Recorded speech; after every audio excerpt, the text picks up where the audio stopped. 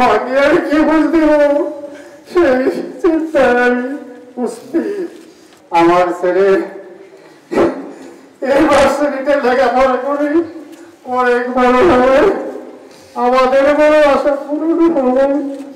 আমার ছেলে আজকে লাশ গুণার কাজ নাই। আন্তরিক শুভেচ্ছা ভালোবাসা। আমার ছেলে মরে গেছে, আমার ভিতরে শোক, আপনার ভালোবাসা। কালকে আমার ছেলের খবর হওয়ার সাথে সাথে আমি যা দেখেছি মোবাইলে, সকল স্তরের ছাত্রছাত্রী আমার ছেলের জন্য আন্দোলন করছে, সংগ্রাম করছে এবং আমার ছেলে রাজধানী মর্গে রাখছে। এবং আমার আরো ধন্যবাদ যে আমি অনেক বছর আগে নোয়াখালী ব্যবসা করি, কৃতি সন্তান ছাত্র দলের সভাপতি নাসির, তাকে আমি চিনি, তার বাবাকে হয়েছে মুন্সিরের বাড়ি। আমি অনেক পুরান ব্যবসায়ী নোয়াখালী। আমি আমার ছেলেকে দিয়েছিলাম, আমার ছেলে এই ভার্সিটিতে লেখাপড়া করি, অনেক বড় হবে, আমাদের বড় আশা পূরণ হবে। আমার ছেলে আজকে লাশ গুণার কাজ নাই, পাস হয়ে গেছে। আমি বাবা এখনো জীবিত আছি। আমি উপস্থিত সকলের কাছে আমি আমার ছেলের জন্য দোয়া চাই। আমার ছেলেকে যেন আল্লাহ পাক জান্নাতুল ফেরদৌস দান করে। জেনেক্সে শিফট করো, লাইফকে লিফট করো। এছাড়া আমার আর কিছু চাওয়ার নাই। আমি কালকে ছুটে এসেছি, থানাতে গেছি, থানাতে সারা রাত কাটাইছি। আমি ঠিক মতো মামলা রুজু করতে পারি না।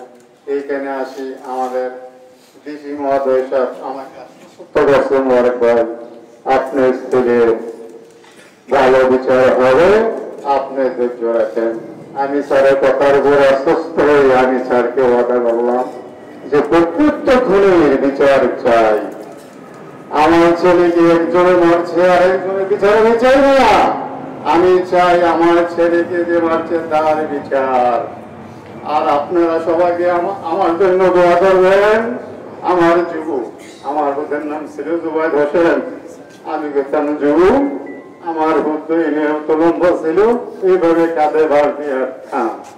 আমি যখন ঢাকাতে মাল কিনের জন্য আসতাম, আমার ছেলের কাঁধে ভার দিয়ে আসতাম। আমার যুবক আজকে আমার যুবক মাকে আর কি বুঝ দিব সেই চিন্তায় আমি উপস্থিত। উত্তম শোকের কাতর, অতি শোকের পাথর। তবে আমি পরিবার কথা বলাইতে চাই না।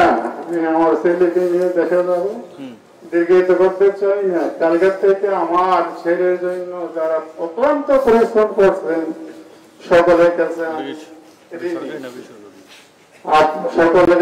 ঋণী। আমার ছেলেকে আপনারা সকলে নিজ গুণে ক্ষমা করে দিবেন। আর বেশি বাড়াইতে চাই না। আপনারা সকলে আমার জন্য দোয়া করবেন। আমার বয়স 58 বছর, আমার জীবন যৌবনের সফল শেষ।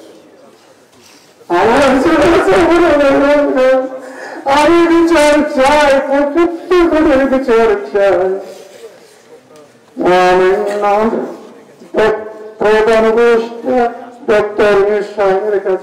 বিচার চাই।